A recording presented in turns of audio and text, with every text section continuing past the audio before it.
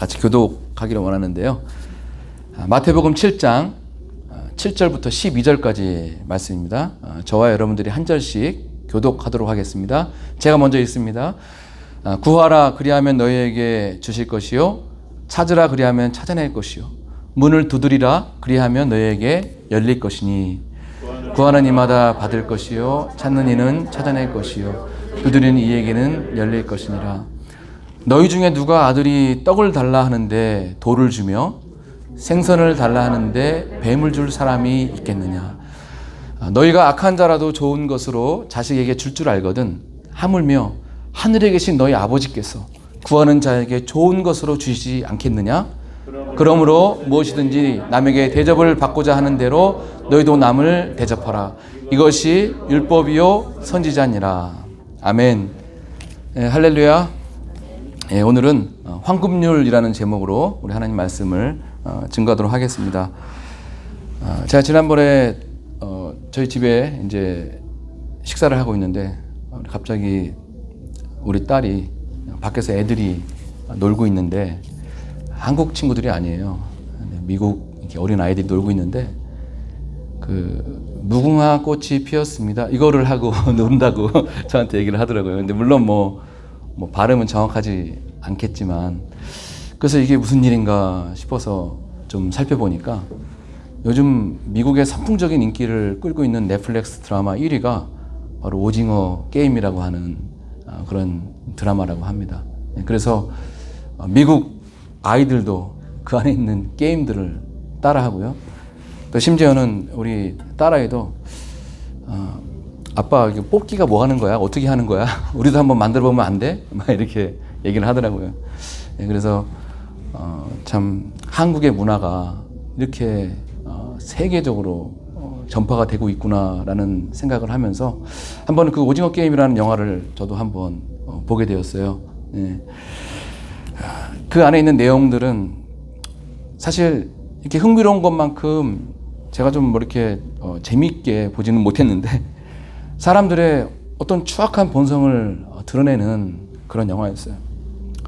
돈을 벌기 위해서 게임을 하는데 그 게임에서 지면 죽게 되는 거예요. 다른 사람이 죽어야 돈을 벌게 되는 그런 게임을 하고 있는 거예요. 근데 참 재밌는 게 그 게임에 참가한 사람들이 옆에서 주변에 죽어가는 사람들을 보면서 이게 정말 사람이 할 게 아니구나. 그런 마음을 다 품고 있어요. 그런 마음을 품고 있으면서도 돈의 유혹에 어쩔 수 없이 이끌려서 게임에 참가하는 그 참여자들의 모습을 보여주고 있었습니다. 저는 이 영화를 제가 전체적으로 다 본 건 아니지만 잠깐 이렇게 보면서 마치 이 시대를 살아가고 있는 우리들의 모습을 보여주고 있는 영화가 아닌가라는 그런 생각을 했어요. 다른 사람이 어떻게 되더라도 그건 전혀 상관이 없는 일이고 나만 이기고 나만 돈을 벌면 된다는 생각을 가지고 살아가는 그 사람들의 모습을 적나라하게 드러내는 그런 영화라는 거예요. 우리 인간의 이기적인 그런 본능을 아주 적나라하게 드러내고 있는 그런 영화였어요. 제가 오늘 설교 제목을 이렇게 황금률이라고 이렇게 정해봤는데 황금률과 전혀 상관없는 그런 내용이 아닌가라는 생각이 들 수도 있겠지만 이 예수님의 이 황금률에는 이런 인간의 본능을 너무나 정확하게 뚫어보고 계시는 우리 예수 그리스도께서 우리에게 주시는 말씀이 기록되어 있습니다. 인간의 본능이 부패하고 타락한 것은 여러분 예나 지금이나 다름없다는 거예요. 예수님 당시에도 마찬가지였던 것 같아요. 자신만을 위하고 자신만 좋으면 괜찮다라고 하는 그런 생각이 만연한 시대에 예수님은 모든 사람들에게 이렇게 외치고 있어요. 같이 한번 12절 말씀을 같이 한번 읽겠습니다. 시작. 그러므로 무엇이든지 남에게 대접을 받고자 하는데도 너희도 남을 대접하라. 이것이 율법이요 선지자니라. 그런데 이 말씀을 우리가 보통 황금률이다라고 이렇게 하는데, 여러분 왜 이 말씀을 황금률이라고 불려왔을까요? 제가 좀 인터넷에 찾아봤더니 로마의 황제 중에서 이 말씀을 너무나 좋아했던 한 황제가 있었다고 합니다. 그래서 이 말씀이 너무나 좋아서 자기 방에 황금으로 이 말씀을 새겨 놓았다라고 해서 이 말씀을 황금줄이라고 그렇게 불려지게 됐다는 겁니다. 그런데 어떤 윤리학자들은 이 말씀을 다른 현자들의 말에서도 찾아볼 수 있다라고 주장하는 사람들이 많이 있어요. 공자도 이런 말을 했다고 하죠. 당신이 싫어하는 일을 다른 사람에게 시키지 말라. 공자도 이런 말씀을 했다는 거예요. 그래서 그 내용을 보니까 이 황금률의 내용과 비슷하다고 주장하는 거예요. 남을 배려하라는 것이죠. 다른 사람을 생각하라는 거예요. 그리고 그 이면에는 좀 더 정확하게 말씀을 드리면 결국은 나 자신을 위해서, 나의 유익을 위해서 다른 사람에게 행동할 때 조심하라라고 하는 그런 내용이 바로 이 말씀 안에 있다는 거예요. 그런데 저는 예수님께서 하신 이 귀한 말씀을 단지 이 세상에 좀 똑똑하고 그런 인정받는 사람들이 말했던 것과 같은 수준으로 본다면 저는 뭔가 좀 받아들이기 힘든 그런 내용이 아닌가라는 생각을 했어요. 이 귀한 예수님의 말씀을 단지 도덕적이고 윤리적인 지침으로만 받아들인다면 우리가 이 말씀의 진짜 의미를 놓치고 있는 것이 아닌가라는 생각을 한 거예요. 그래서 저는 오늘 이 말씀을 다시 한번 바라보고 그리고 다시 한번 해석을 해서 이 말씀의 의미를 좀 제대로 알기를 원하는 겁니다. 이 말씀의 시작은 어떻게 시작되고 있습니까? 그놈으로라고 하는 단어로 시작되고 있어요. 여러분, 제가 늘 말씀을 통해서 강조하는 것 중에 하나가 말씀 앞에 그러므로라고 하는 이 단어가 나오면 아주 중요한 결론이 시작되고 있음을 우리가 깨달을 수가 있어야 된다는 거예요. 다시 말해서 결과를 도출하고 결론은 맺는 말이 나올 때 바로 이 그러므로라고 하는 단어가 시작이 되는 거예요. 그런데 사실 이 말씀의 시작은 어디서부터입니까? 성경 보면요, 여러분, 그 앞에 이게 동그라미가 있는 그런 구절들이 있어요. 그리고 그 동그라미가 늘 마치는 구절이 있어요. 근데 이 황금률, 이 12절의 말씀의 시작은요, 사실 7절부터입니다. 구하라, 찾으라, 두드리라. 기도에 대한 말씀부터 시작이 돼요. 그래서 이 전체적인 이 맥락을 봤을 때 이 12절의 시작은 어디서부터입니까? 7절부터 시작하고 이 12절이 결론의 말씀으로 주어지고 있다는 거예요. 7절에 보니까 어떤 내용이 시작됩니까? 우리들이 너무나 잘 아는 내용이죠. 같이 한번 읽어볼까요? 구하라, 그리하면 너희에게 주실 것이요. 찾으라, 그리하면 찾아낼 것이요. 문을 두드리라, 그리하면 너희에게 열릴 것이다. 기도에 대한 내용 아닙니까? 기도하는 자들에 대해서 하나님께서 반드시 그 기도 가운데 응답해 주실 거다라고 하는 말씀을 기록하고 있어요. 여러분, 오늘도 구하고 찾고 두드리는 자들에게 우리 하나님께서 응답해 주심을 믿으십니까? 여러분들은 구하고 찾고 두드릴 때 응답해 주시는 하나님의 그 놀라운 은혜를 경험해 보신 적이 있으세요? 저는 예전에 처음 예수님을 믿고 나서 얼마나 좋았던지 너무나 행복했던 것이 기억이 납니다. 근데 그때는 참 신기한 게 기도하면 기도하는 대로 하나님께서 응답해 주신 것을 경험을 했어요. 참 신기하더라고요. 근데 요즘에는 신앙생활을 좀 오래 하다 보니까 물론 기도해도 바로바로 응답해 주시는 것도 있지만 그렇지 않은 일이 더 많이 있다는 것을 제가 경험을 참 많이 하는데요. 어떤 것은요, 너무나 답답할 정도로 안 들어주실 때도 있음을 경험하게 돼요. 여러분, 오늘 예수님께서 구하라, 찾으라, 두드리라 이렇게 강조하고 이 3번이나 똑같은 비슷한 단어들을 우리에게 얘기하는 의도가 있다고 보는데요. 이것은 하나님께서 아무리 구해도 응답해 주시지 않고 아무리 하나님 앞에 외쳐도 대답해 주시지 않을 때 포기하지 않고 끈질기게 반복해서 지치지 말고 낙심하지 말고 끝까지 기도하라라고 하는 예수님의 메시지가 있는 거예요.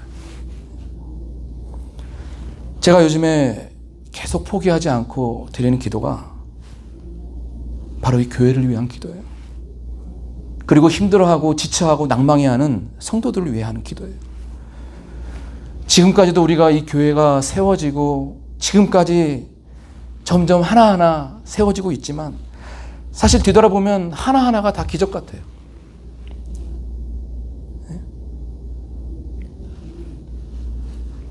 그런데 인간적인 눈으로 바라봤을 때는 가끔 좌절할 때도 있고요. 또 낙심이 될 때도 있어요. 그런데 하나님께서는 우리에게 이 귀한 말씀을 통해서 우리에게 말씀하시는 건요. 찾고 구하고 두드리라는 거예요. 우리가 구하는 것이 진정 하나님의 뜻이 맞다면, 우리가 믿고 있는 진리가 하나님의 진리가 맞다면 그 기도는 반드시 응답될 것을 믿어야 한다는 겁니다. 그런데 여기서 또 하나 감사한 것은 하나님이 이 기도 응답을 주시는데 우리에게 가장 좋은 것으로 함께 해주신다는 거예요. 우리 한번 9절에서 11절 말씀 한번 같이 읽어볼까요? 9절입니다. 시작.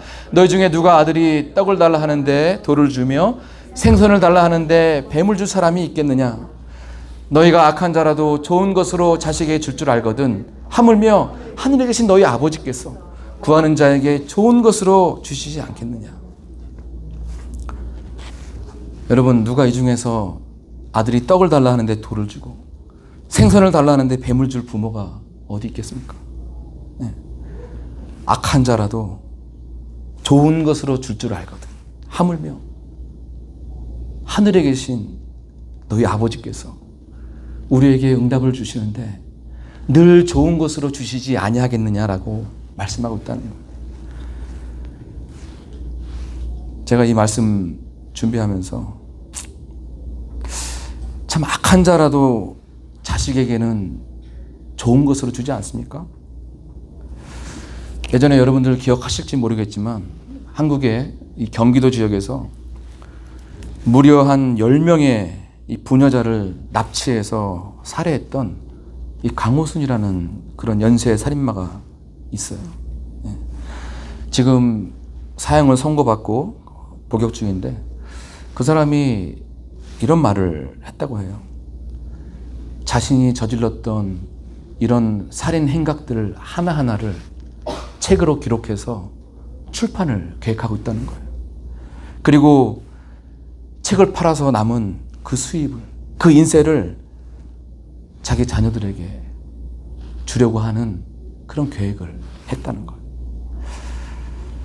참, 이런 악한 사람들도 자기 자신을 생각하는 것은 끔찍하게 사랑하고 생각하고 있다는 거예요. 여러분, 그런데 한번 피해자 입장에서 한번 생각해 보세요. 피해자가 그 책을 읽고 어떤 생각을 했을 거예요?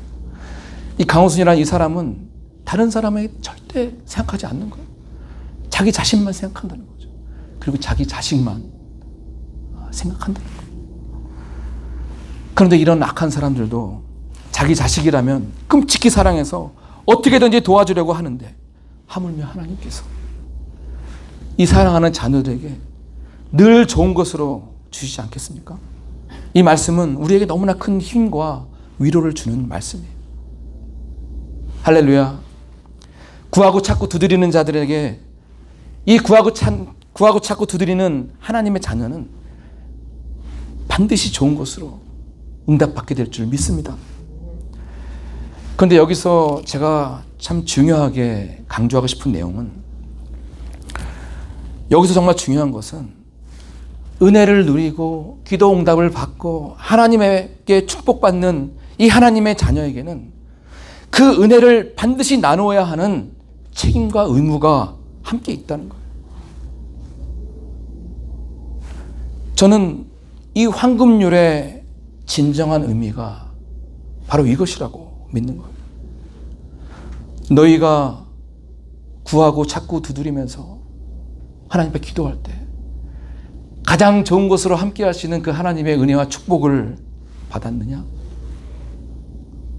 그리하면 그 은혜와 축복을 나누는 것이 율법이요 선지자다라고 말씀을 하고 있다는 거예요. 여기서 남에게 대접받고자 하는 대로 너희도 남을 대접하라는 것은 우리의 유익을 채우기 위해서, 우리의 이기적인 욕심을 채우기 위해서, 우리가 다른 사람들에게 제대로 대접받기 위해서는 남을 제대로 대접하라는 것이 아니라 우리가 기도를 통해서 하나님의 은혜를 받은 자가 맞다면 그 은혜를 나눔으로 사랑을 실천하라는 것이 바로 이 황금률의 진정한 의미라는 거예요. 저는 이것이 율법이요 선지자다라고 하는 말씀 속에서 이 말씀의 의미를 찾을 수가 있었는데요. 우리 12절 말씀을 다시 한번 읽겠습니다. 시작. 그러므로 무엇이든지 남에게 대접을 받고자 하는 대로 너희도 남을 대접하라. 이것이 율법이요 선지자니라. 마지막에 하는 이 율법이요 선지자니다라고 하는, 저는 이 말에서 이 구절에 과연 적절한 해석이 무엇인지를 저는 발견할 수가 있었는데요. 이 마태복음 7장뿐만이 아니라 마태복음 22장에 보면 36절에서 40절 말씀이 나오는데 우리 같이 한번 읽어보겠습니다. 선생님, 율법 중에서 어느 계명이 크니까? 예수께서 이르시되 내 마음을 다하고 목숨을 다하고 뜻을 다하고 주 너의 하나님을 사랑하라 하셨으니 이것이 크고 첫째 되는 계명이요 둘째도 그와 같으니 내 이웃을 내 자신과 같이 사랑하라 하셨으니 이 두 계명이 온 율법과 선지자의 강령이니라. 여기에 보면요, 한 율법사가 예수님을 시험하기 위해서 질문을 하는 장면이 나와요. 선생님, 율법 중에서 어느 계명이 가장 큽니까?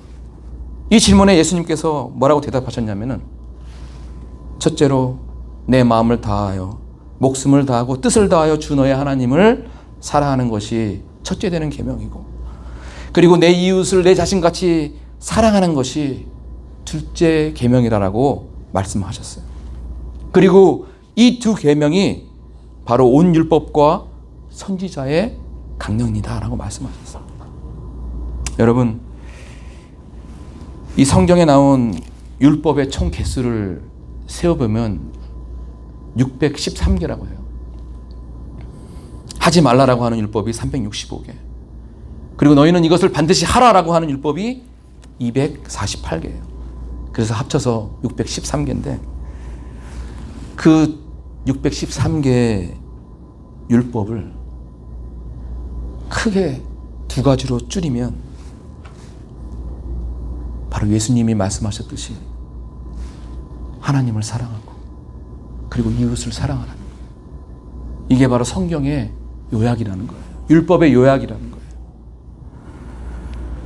예수님께서 말씀하시는 황금률은 바로 이것이요.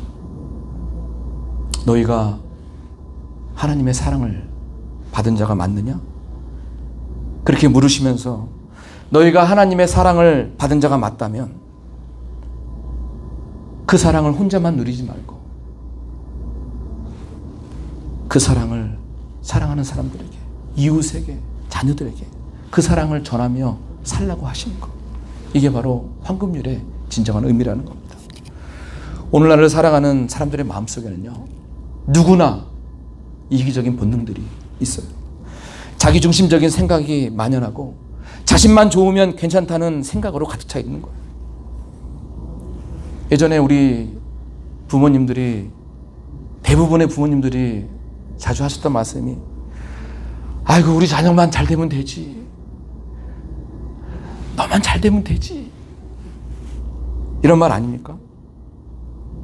무엇을 해도 우리 자식만 잘 되면 된다고 가르치는 것을 볼 때가 많이 있었어요. 남의 자식은 어떻게 되든 상관이 없는 거예요. 하나님은 우리가 이런 이기적인 본능을 갖고 있다는 것을 너무나 잘 아세요.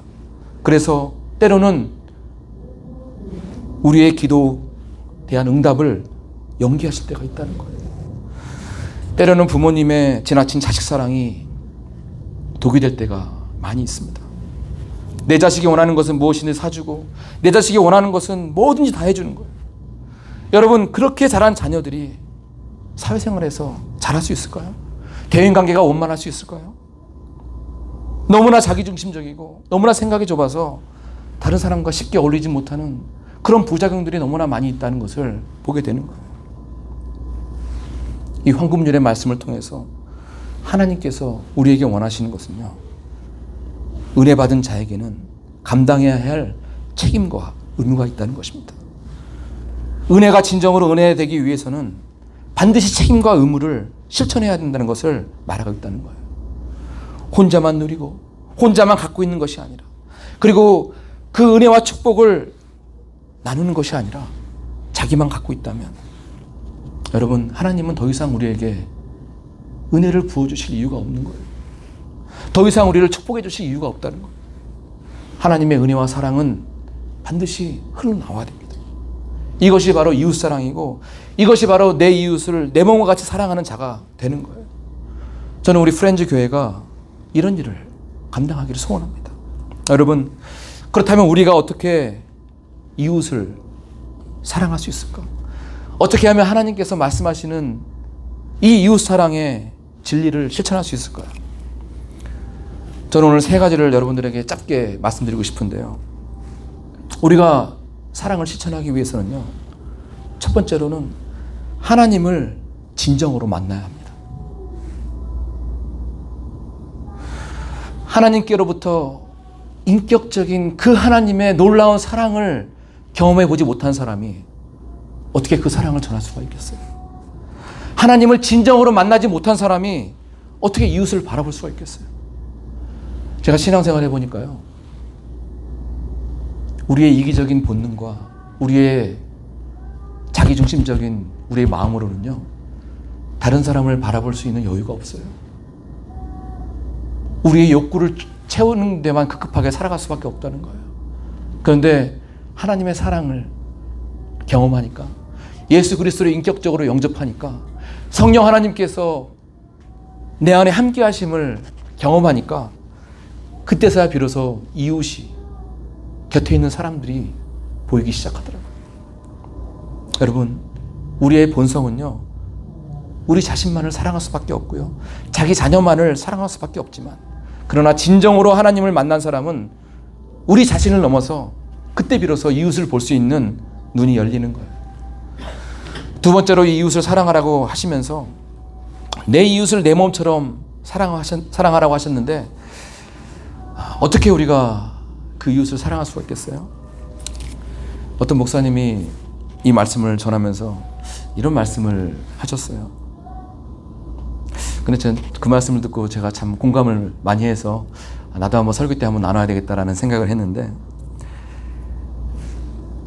당신의 이웃이, 당신의 배우자가, 당신의 자녀가 당신에게 베풀어 주기를 원하는 것을 한번 적어봐라, 이런 말씀을 했어요. 여러분, 오늘 댁에 가셨어요? 한번 적어보세요. 내 자녀가, 내 배우자가, 내 이웃이 나에게 베풀어 주기를 원하는 것을 한번 적어보세요. 그리고 나서 그 적은 것을 당신이 먼저 한번 실천해 보라는 거예요. 자녀들에게 실천해 보고, 배우자에게 실천해 보고, 이웃에게 그것을 한번 실천해 보라는 거예요. 여러분, 당신의 친구가, 당신의 이웃이 여러분들에게 식사 대접을 해주기 원하십니까? 그러면 먼저 식사 대접을 하라는 거예요. 당신의 상사가 여러분에게 인격적으로 대접해 주기 원하십니까? 그러면 여러분들도 여러분들의 부하들에게 인격적으로 대접을 해 주라는 거예요. 당신의 아내가 당신에게 좀 더 정성스럽게 섬겨주기를 원하십니까? 당신도 아내를 대할 때 그 당신이 원하는 것처럼 정성스럽게 섬겨주라는 거예요. 당신들의 자녀가 여러분들을 인정해 주기를 원하세요? 여러분들도 당신들의 자녀를 인정해 주라는 거예요. 당신의 이웃이 당신의 실수에 대해서 눈 감아주기를 원하십니까? 당신도 이웃의 실수를 눈 감아주라는 거예요. 당신이 어려울 때 당신의 이웃들이 당신을 도와주기 원하십니까? 당신도 이웃이 어려움을 당할 때 도와주라는 거예요. 이것이 바로 우리가 기억하고 해야 할 목록이라는 거예요. 여러분, 그리고 마지막으로 최고의 이웃 사랑이 무언가? 우리가 이웃에게 할 수 있는 최고의 사랑이 무언가? 그 사람들이 하나님을 만날 수 있도록 기도해주고 그 사람이 하나님을 알 수 있는 기회를 주는 것. 여러분, 그게 정말 우리가 할 수 있는 최고의 선물 아닙니까? 예수님을 알게 되는 것, 영생을 얻는 것, 천국을 소유하는 것. 여러분, 이게 우리가 이웃에게 줄 수 있는 최고의 선물 아닙니까? 그래서 오늘도 우리가 이웃 사랑을 위해서 하나님을 바로 만나야 되고요. 그리고 이웃이 우리에게 베풀어 주기를 원하는 것처럼 우리도 이웃들에게 그 사랑을 전하는 것이고요. 그리고 마지막으로 이웃에게 할 수 있는 최고의 그 사랑은 바로 하나님을 전하는 것이고 그들이 하나님을 알 수 있도록 기회를 날마다 만들어주는 것. 이것이 바로 최고의 이웃사랑이 될 줄 믿습니다. 여러분, 황금률은 단지 도덕적이고 윤리적인 지침이 아닙니다. 이것은 성경의 요약이고 선지자와 율법의 강령이고요. 그리고 하나님이 우리를 통해서 그토록 이루기 원하시는 가장 첫째가 되고 둘째가 되는 계명임을 여러분 인지하시고 이번 주 살아가는 한동안 정말 하나님을 사랑하고 이웃을 사랑하는 것이 어떤 것인지를 다시 한번 묵상하면서 하나님의 뜻을 이루어가는 저와 여러분들 되시기를 주님의 이름으로 축복합니다. 기도하겠습니다.